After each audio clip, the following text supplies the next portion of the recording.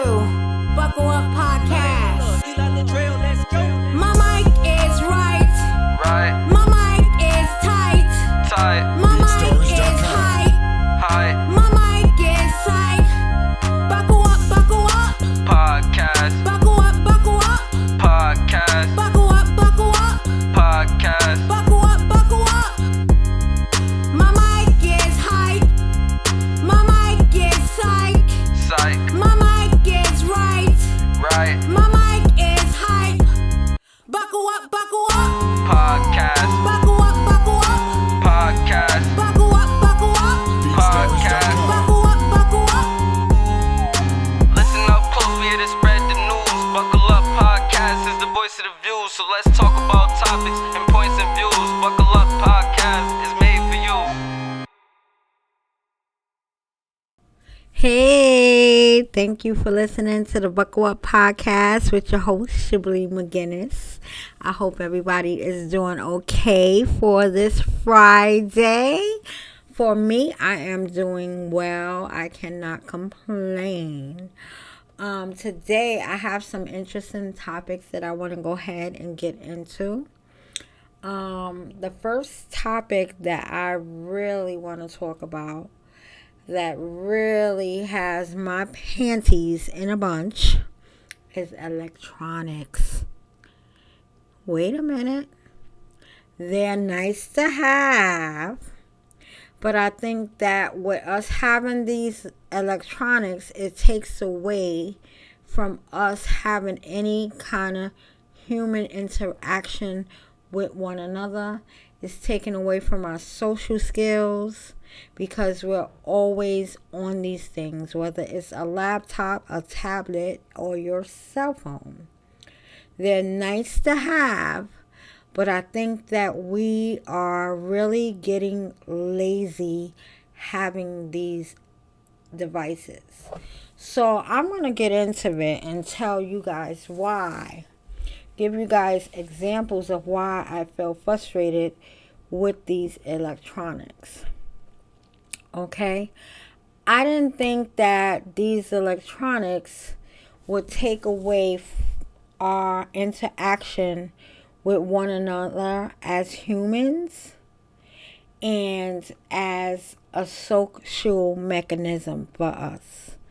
So these things are really interfering on how we interact with one another using these devices. We are dependent wholeheartedly on these devices where years ago it wasn't like that. So let me give you my examples of my frustration of my devices, and you guys can leave a comment and let me know how you feel about what I'm talking about with these devices. So my first example, my husband and I last week, we went on a road trip, and of course we had to stop to get something to eat with our drive-in, and our drive-in going to New York City from upstate New York. So we stopped and we went to try to grab something to eat at Wendy's. So when we went inside Wendy's, there was a long line. And I'm like, okay, it's a long line. I see people in the back. I see, people in the back, one at the drive-thru, one on fries, one standing around, and I'm quite sure there was people back there on the grill. So with the remodel and that they've done for these restaurants, you really can't see them anymore in the back, but you can hear them. So I'm wondering why this line is so long, and it's long because people are ordering their food from Wendy's on a kiosk. So I'm like, okay, it's enough people back there. Someone can't come to the front and take these customers' orders so that the line can move swiftly and people can go have a seat to eat their food, get their food and go about their business out the door. Like, we literally have a line, and if I can count how many people. I'm just going to say there was like maybe 5-6 people waiting to use this kiosk. Okay, and then you still have a crew back there that somebody couldn't come to the front and see that there was a line and help the line go quicker. Everybody is not computer savvy on a kiosk. So that's going to make your time even longer standing on the line when you have about 6 or 7 people waiting to place their order.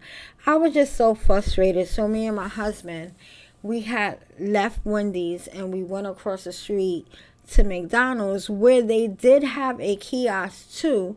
But the difference with McDonald's was they had someone in the front to help you out if you did not want to use the kiosk and you wanted to speak to someone to take your order on the register.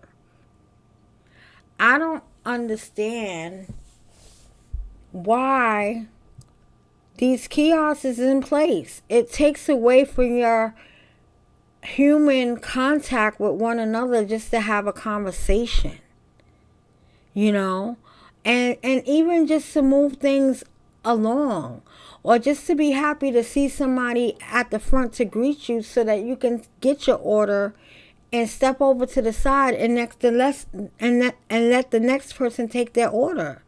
Like, I mean, we gotten so lazy with these electronics, you know, where, you know, they're doing the work for us. The kiosk is doing the cashier's work, you know, and it's just not right. Like, at first when it came out, I thought it was all right. I'm like, oh, okay, it's cool. But then now I'm seeing that it's a frustration for me, you know, especially when you have a long line of people, you know, who's hungry and who's trying to order something, and then you have to wait for somebody to finish using a kiosk so that you can use it. Like, no, I miss the human to human contact, the social interaction with one another. You know, it's like nobody wants to be bothered with someone anymore. Everything is electronic. Even now when you call in to handle your bills and to speak to a company, you don't even speak to a real live person anymore. You got to go through the prompts of a computer. You know, if you speak English, press 1. If you're calling for this, press 2. And then they want to help you out. No, I want to speak to a live human being. Like, it's so frustrating how these devices, electronic devices, got us lazy. And it frustrates me. My second example is, I am a contractor for a lab company, and I have a team that I work with, and my team member decides to shoot me a quick email about a case saying that I need to close the case. And I'm looking at it and I'm like, what case are you talking about? Because today is my day off. So so now we have this email going back and forth. And it was a misunderstanding because the date was for yesterday. But if she clearly seen that I was confused in the email, you would think that she would have picked up the phone to call me and say, hey, I see that, you know, we're going back and forth in the email and there's a misunderstanding. I just want to clarify some things. No, she didn't do that. So I don't understand how we got to this point where we don't want to even pick up the phone and talk to somebody. Emails and texts can get misconstrued because you don't know what the intention is when you're sending a quick email. You don't know what the tone is when you're sending an email or a text, you know, and it should be common courtesy to say, I don't think this person understands what I'm saying. Let me just give this person a call. But we got so used to these devices And we got so lazy where we don't want to talk to one another that we're missing out on real detail and informative information because we just clearly don't want to pick up the phone. And that bothers me. You know, if I'm looking at an email, if I'm looking at a text, or if I'm going to write a text and I feel like maybe this person may take it in the wrong way, let me go ahead and call this person. Because sometimes these texts and emails can be misconstrued, but we just got so comfortable with these devices that we don't even want to talk to a human being anymore. And that saddens me, you know, along with frustrating me. We don't even know each other's telephone numbers anymore because we're so dependent on these devices. We can't even leave home without our phones and notice that we don't have our phone because we'll quickly turn around and go back in the house and get our phone. It's a lifeline now, you know, and it's just crazy how society has become on relying on these electronic devices. And just my experience with those two examples alone just are frustrating to me because I'm seeing how the human and the social ness of these devices is taken away from us. You know, you have these humans that are lazy because the computer can do it.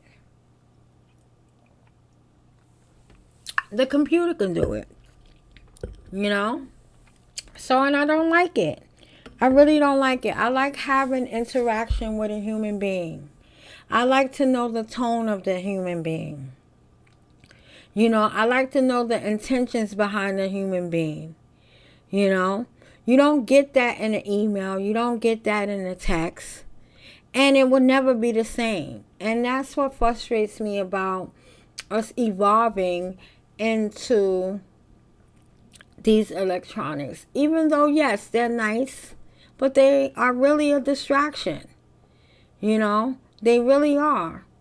And it frustrates me that we don't have that human interaction with one another because of these devices, electronic devices, you know, and they're only upgrading to do more so that we can have less contact.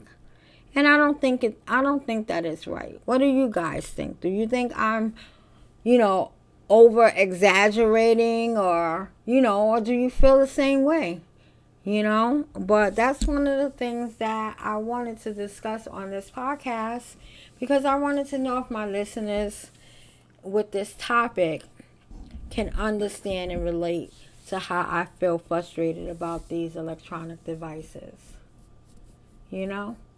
So I'm going to move on from that topic and I'm going to ride on Donald Trump's train for a minute. I had watched the address to Congress with Donald Trump talking about the tariffs. I was very confused on what a tariff is and how he is using it, so to speak, to help out the United States because he claims we're losing a lot of money and we need to have other countries pay for our imports. And I didn't know what a tariff was, so I had to Google it, and I found out that it's basically taxes on imported goods. Anything imported from another country, where they're going to put tax on it. And Canada is very upset. Mexico is very upset. China is very upset. We do business with them. Canada and Mexico more so because they are our neighbors. You know, Canada Prime Minister, you know, says that, you know, he's happy to turn off our electricity here in the United States if those tariffs, get through. Now our president, have put a pause on the tariffs and so that he can do some more investigation or more research or whatever you call it, before he start issuing these tariffs to Canada and Mexico and China. But all three countries are not happy with us at all about these tariffs. And I'm a little bit confused because, I've asked people who voted for Trump, like, what do you think of these tariffs and what he's doing? And the person that I asked was like, well, they have, he's saying like, if you can charge us, we can charge you, and they're upset about it. But Canada Prime Minister says that they've had an agreement with the United States on tariffs, and he feels like Trump is just not caring and he's breaking his commitment to the Canadian government, so that's why they're very upset with what Trump is trying to do. And they are threatening not to have any, not for us not to have any electricity here if that happens. That's one of the ways that they're going to retaliate to us. And they're also going to put a 25% on anything imported from the U.S. And matter of fact, they started taking down U.S. goods from their shelves the last time that I've seen the report. So this tariff thing is a serious thing. And it really is going to affect us if he doesn't have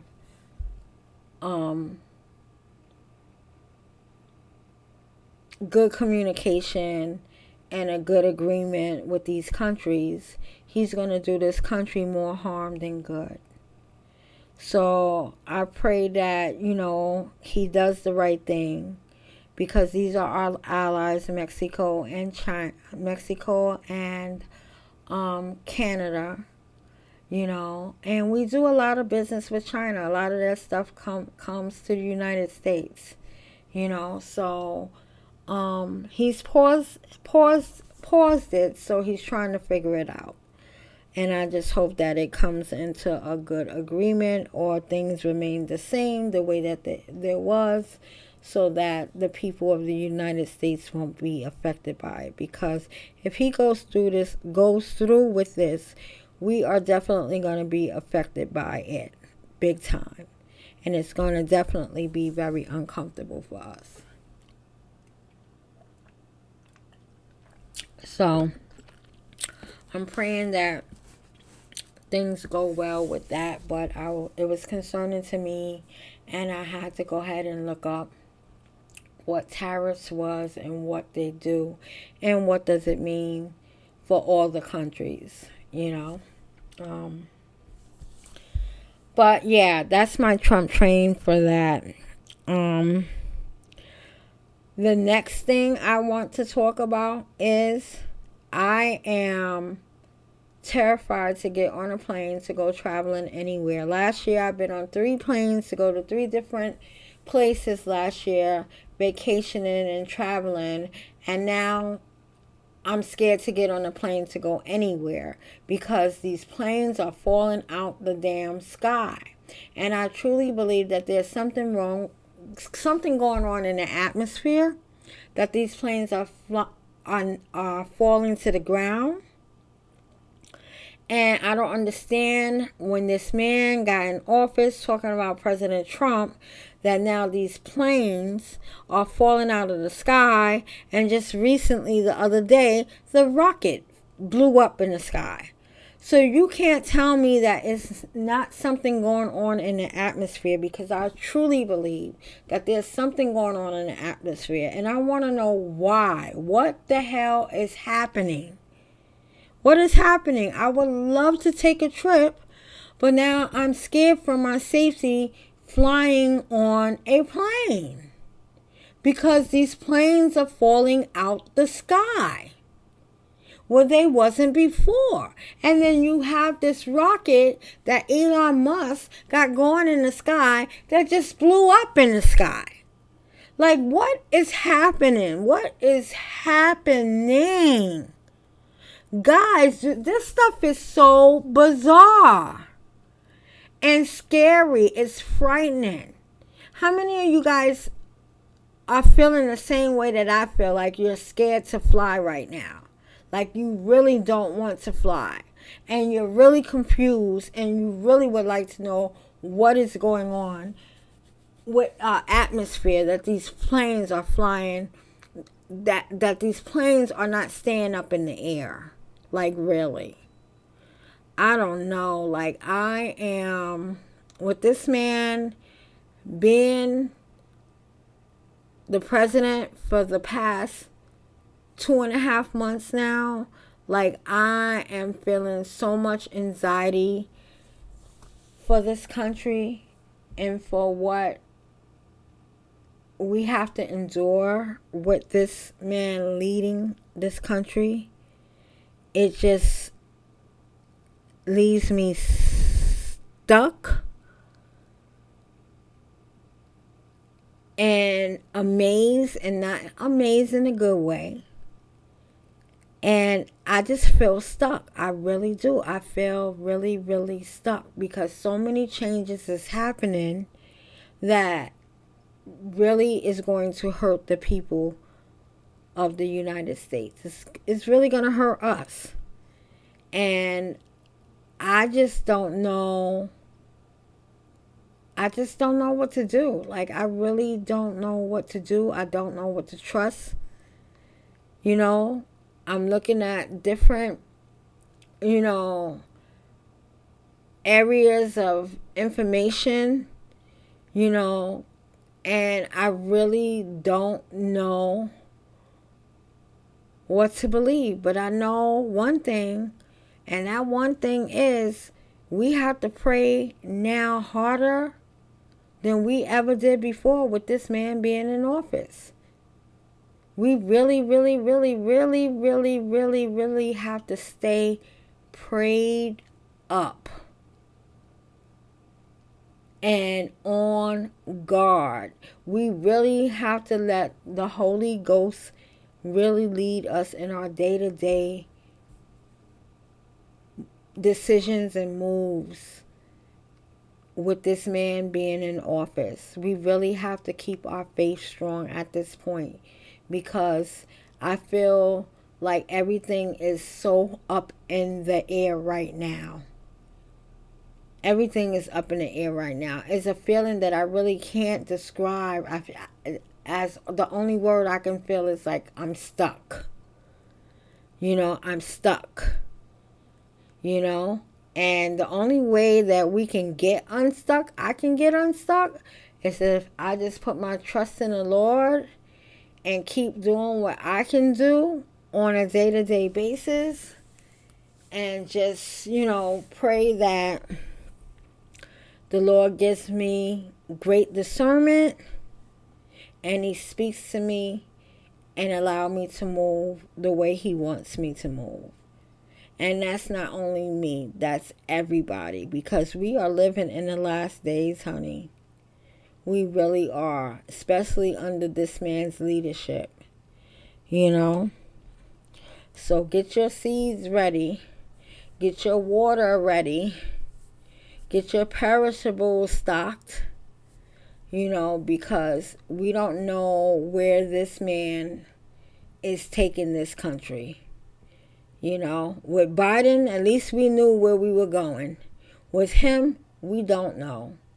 We really, really don't know. It's very undecisive, and we have to really stay prayed up. And on that note, I'm just going to go ahead, as I always do, and read out the prayer from Matthew 17:20, and it says, faith can move mountains. And I think that's what we have to have. We have to have our faith in the Lord.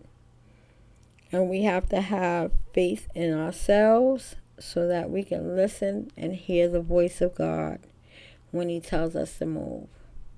So on that note, I want you guys to keep your head up, your chin up, your shoulders back, and keep on walking in your purpose, baby. Thanks for listening. Goodbye for now.